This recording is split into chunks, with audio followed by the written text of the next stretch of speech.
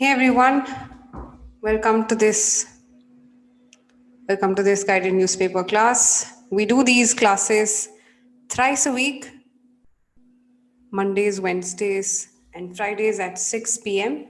on our YouTube channel. So if you're new here, you might want to subscribe to our channel to receive these alerts. So if you're watching, please let us know that you are here so that I can get started. Today's article is going to be about the impact of COVID on India's informal sector, as in unorganized labor, right? Usually agriculture, usually people who work as migrant laborers, people who are daily wage earners, who have, who don't really have GST or anything. Those those people or people working in those sectors, how has COVID really impacted them? That's what today's topic or today's article is all about. And I have picked this article from Indian Express, and this is a person who has expressed his opinion about what, yes, what this article is about. Yeah. So if you're here, just let me know on the chat box so that I can address you. I can also kind of answer your queries if you have any. Yeah. Okay. So if you're someone who is attending a guided newspaper class for the first time, this is how it goes about. We read the entire article to you aloud, as in we read it, and you just try and understand what this article is all about, just a gist of what it is. And after that, we will help you understand the article in detail. Okay. And then we will do some guided speaking, as in helping you speak along with us with the same kind of stresses and pauses. That's what happens. And then I also ask you to frame some sentences. Okay. Hi, Aruna. Hi, Pooja, and everyone else who is watching us. Try to just participate on the chat box as much as possible. You are as good as anybody else who is here. Okay, so don't hesitate to participate because this is just to improve your fundamentals. This in no way defines how good or bad you are with respect to the IELTS test. Okay, great. So I'm going to get started and I'm going to read this article for you. As I said, this is about COVID's impact on India's unorganized or informal workforce, which includes farmers, fishers, forest dwellers, crafts persons, people who make these informal art like earrings and all of that. Yes, they are called informal people in informal sectors. Okay, so try just understanding the article with the way I read. Yes. Another wave of COVID, another round of lockdowns, another long journey back home for migrant workers. If there is one lesson we're learning after a year of COVID 19, it is that we have not learned any lessons, at least not the crucial ones. Very strong opinion. Okay. 2020 exposed the abysmal flaws of an economic system that drives tens of millions of people into insecure jobs that they can lose overnight with no alternative or safety net. This is the fate of a majority of the 90% of India's workforce that is in the unorganized sector. Over the last few decades of development, economic policies have created a massive pool of cheap labor for the state dominated or capitalist industrial class, adding to the already large number of landless agricultural laborers caught in traditional caste, class, and gender discrimination. Since 1991, about 15 million farmers have moved out of agriculture, many because the economic system simply does not make farming remunerative enough. And 60 million people have been physically displaced by dams, mining, expressways, ports, statues, industries with mostly poor or no rehabilitation. Meanwhile, exploiting such people desperate for any kind of job and also nature, a minority becomes wealthier by the second. The richest 5% of Indians now earn as much as the remaining 95%.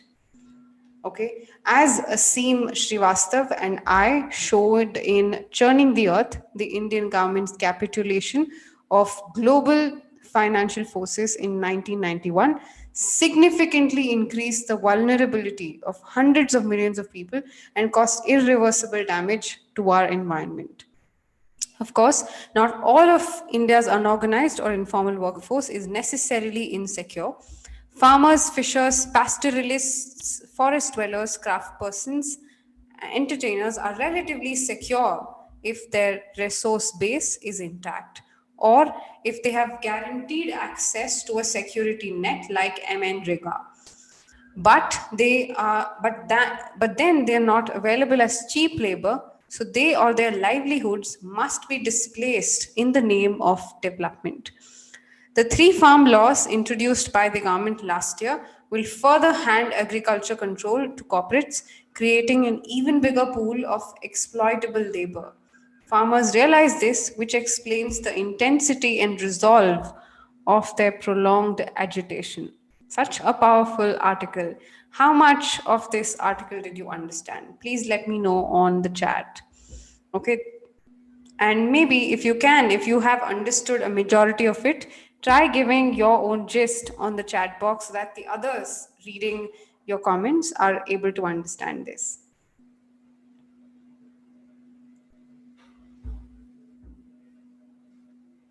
Okay.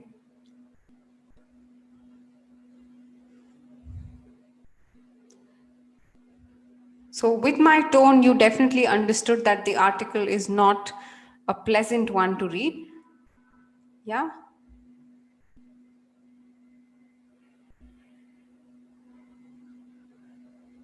Okay. Anybody who wants to share how this article looks like? Okay. Okay. Fine. Let me just help you understand the summary of this particular article. What it says is that COVID 19 has already an immense impact on people who were migrant laborers. It already had that impact earlier last year. But somehow we didn't learn from those mistakes and we're still repeating the same mistakes right now. As in, with the aim to just improve economy, we are not focusing on what is happening to people who are migrant laborers, people who are daily wage earners. That's what this author feels. And this is not just happening today. This has been happening since 1991, according to this particular author. Okay, so that's the summary of this particular passage, but let's just try understanding each sentence in detail. Okay, this is a pretty long one, but we'll try and cover as much as possible. Okay, all right. Yes, Zainab, I'm coming to what abysmal means very bad. That's what abysmal means. Yes? Okay, correct. Aruna is correct there. She did point that out correctly. Good job, guys. Okay, interacting with yourselves and keeping the chat box active. Very good. Okay, nice. Moving ahead, we'll just try and read the sentences a little more in detail and we will try and understand and then do guided speaking. Okay, another wave of COVID, another round of lockdowns. I'm sure you know what these mean. Another long journey back home for migrant laborers. If there is one lesson we are learning after a year of COVID 19, it is that we've not learned any lessons. As in, the author is very strict in telling that we've just not learned anything from what happened last year. And we didn't learn the crucial ones, at least not the crucial ones. Crucial, important, significant, crucial ones. So, crucial is an adjective, it means important or significant. Okay, yes. Next, 2020, the year 2020, exposed, brought out, revealed the abysmal flaws, bad ones, really bad, okay? Abysmal flaws of an economic system that drives people into insecure jobs that they can lose overnight. So, our economic system is so bad that it drives a lot of people, as in, it pushes a lot of people to have insecure jobs that they can eventually lose overnight. Just like that, they can gain the job and then even lose it. That's what 2020 exposed about Indian economy with no alternative or safety net. That's what it said. That is the fate of majority of 90% of India's workforce that is in the unorganized sector. Anybody who is a farmer, anybody who does fishery or poultry or whatever, this is the fate of those people. That's what these two sentences mean. Okay, next. Over the last few decades of development, now this author is certainly not happy with how things are going on, which is why he quotes development. What does that mean? Development. Over the last few decades of development, so called development, economic policies have created a massive pool of cheap labor. So, whatever policies that you have for improving the economy have created this big, huge group of cheap labor for the state dominated or capitalist industrial class, either for the industries or for someone who just, is held by, is probably government or private sector owners. This has created a huge chunk of people who can be available as cheap labor. Basically, migrant laborers used for construction sites, used for repair works, used for just doing contract work, right? Basically, just that. So, this so called development has created this whole group of people who can come to you at a very low cost. Okay, adding to already large number of landless agricultural laborers caught in this problem of discrimination. So the last few decades of development has not just created a huge pool of migrant laborers, but it has already added to whatever was there earlier, and for as in the form of agricultural laborers or such people. Okay, so he's kind of describing that further by saying since 1991, about 15 million farmers have moved out of agriculture, many because the economic system does not make farming remunerative enough. What is remunerative? Nothing that gives money. Okay, remunerative as in gives a lot of money, generally generates money.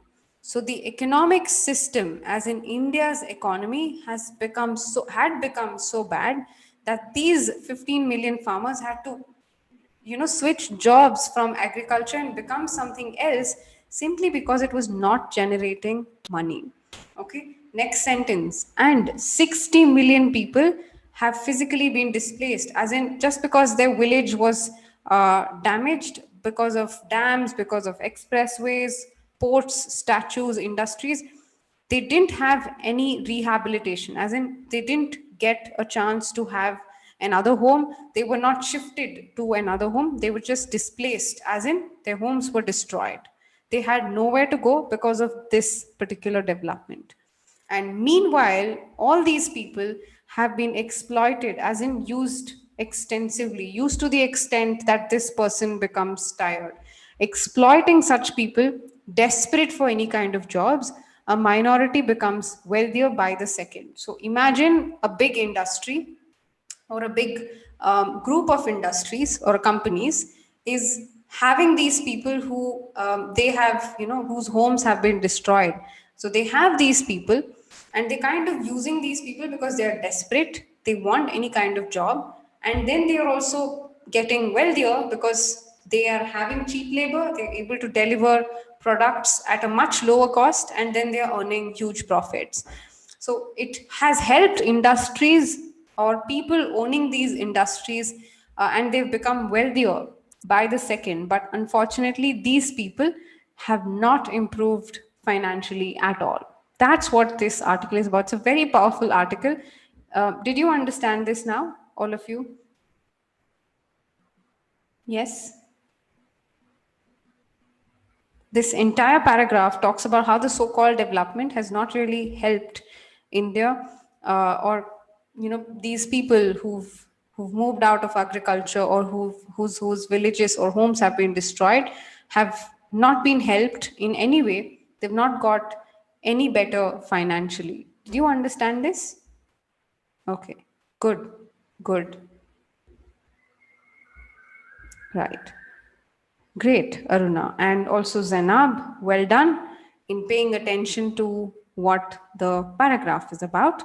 Let's do an other paragraph as well. Pooja, good job. Let's do an Other paragraph. As Azim Srivastav and I showed in Churning the Earth. Now, this is probably a program or probably some kind of an article. The Indian government's capitulation to global financial forces in 1991, as in capitulation, India's, what to say, agreement with global financial forces, or India's partnership with global financial forces, in 1991 significantly increased the vulnerability, as in it kind of enhanced, or it kind of forced these people to become vulnerable, or people who don't have money. It kind of forced that because of India's opening up of economy, and this caused irreversible damage to environment as well. But he also quickly changes his stand and tells that not all people who are migrant laborers or farmers are insecure in terms of money. Some of them are relatively secure, comparatively secure, if their resource, as in land, tools, uh, their knowledge, or their clients are intact, as in nobody is taking away these things from them, they're fine. But people who are available as cheap labor, they have no chance but to become even poor because of this so-called development. He quickly quotes another example and says that this is the exact reason why farmers are protesting. They don't want whatever happened in 1991 to happen right now. In the name of development of farmers, in the name of development of economy, people, farmers especially, are protesting because these farm laws are taking control away from the farmers and giving it to corporates. So, which is why this particular agitation or protest has been this intensive or this strong. Intensity explains the intensity and resolve, determination. Intensity, strength, resolve means determination of their prolonged agitation. Okay, so I hope I gave an insight about what the article is about, and this definitely gives a whole new picture about what happened in India the last 30 years. Okay, is that clear to you guys? Did you understand the article now completely? Of course, there's more to it. I also sent that out as a message. You may want to read it. I will leave the link to this article after I'm done with the class as well. Yeah, you guys understood it? Okay, the second paragraph as well. Okay, good, good. Aruna, Pooja, and Zainab. Nice, well done. Okay, so let's move ahead and do some guided speaking. What you're going to do is I'm going to repeat, I'm going to speak these sentences out in the same way that I read. I'll do that a little slowly. Okay, you have to repeat after me in the same kind of stresses, with the same kind of stresses. That's what we're going to do. Okay, Zainab, I'll just post that link after I'm done with the class. Okay, yeah. So, yes. So, what I will do now is I will read this out aloud, and you will repeat after me with the same kind of stresses. Yeah? Okay. So, try doing this. Another wave of COVID. Repeat after me. Another wave of COVID. Another round of lockdowns.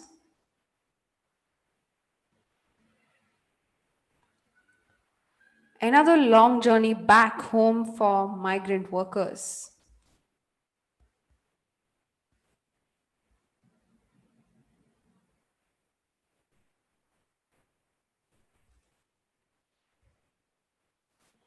If there is one lesson we are learning after a year of COVID 19,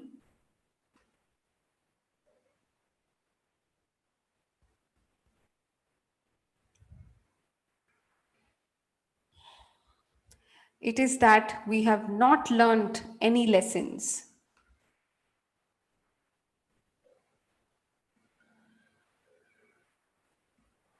at least not the crucial ones.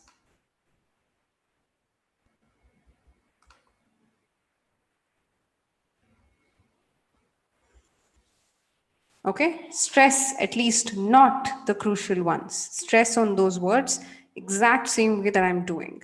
Moving ahead, 2020 exposed the abysmal flaws of an economic system. Abysmal.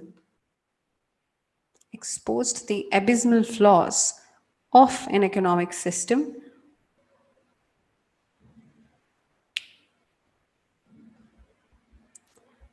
that drives tens of millions of people into insecure jobs that they can lose overnight,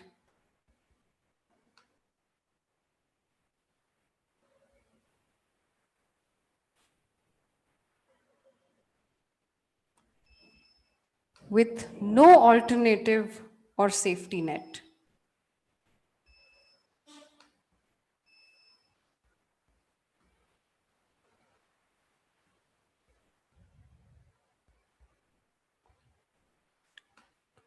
This is the fate of a majority of the 90% of India's workforce,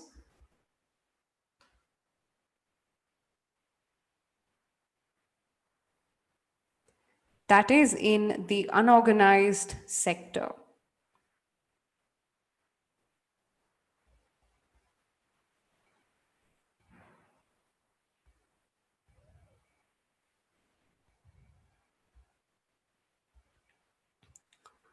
Over the last few decades of development,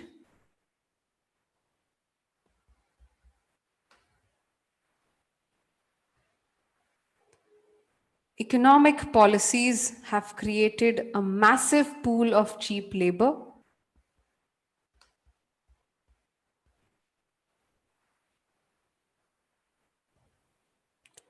for the state dominated or capitalist industrial class,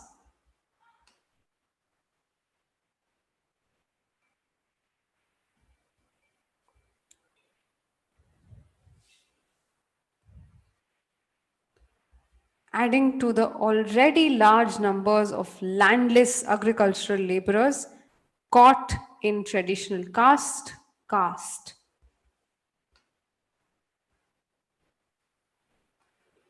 Agricultural laborers caught in traditional caste, class, and gender discrimination.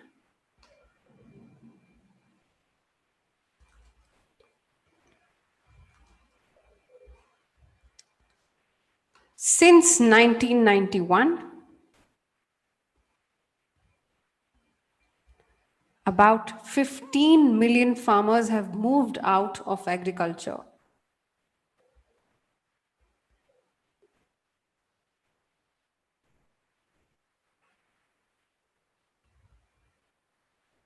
Many because the economic system simply does not make farming remunerative enough.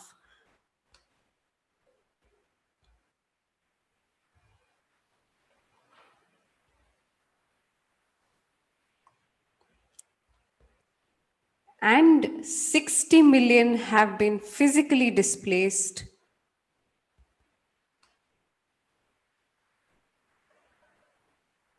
by dams,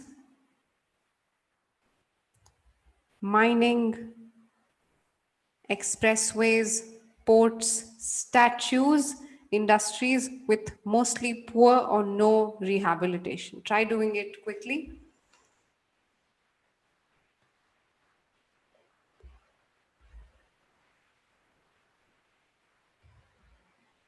Okay. One more sentence. Meanwhile, exploiting such people desperate for any kind of job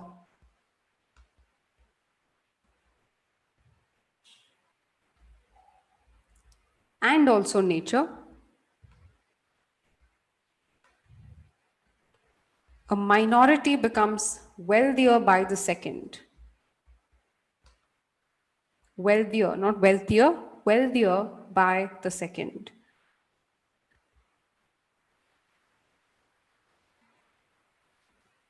Okay, yes. The richest 5% of Indians,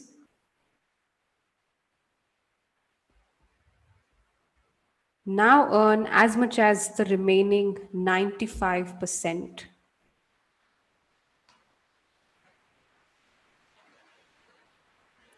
Okay, so did you try and exaggerate the words a bit, just like what I was doing? Did you do it? Yes, you did it.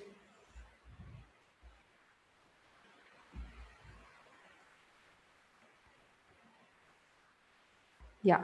Okay, good, good. So this helps you in your pronunciation score because it's not just about pronouncing words correctly, it is about how well you are able to stress on certain words, how well you are able to pause, and how well you are able to intonate, as in express your emotions while you speak. Okay, that is also equally important. Now, good, good, Aruna, Pooja, Akash, nice. Very well done. Okay, so next what we're going to do is we are going to write some sentences, right? So I'm going to ask you a question here. And this is going not related to COVID or the Indian government, but just this.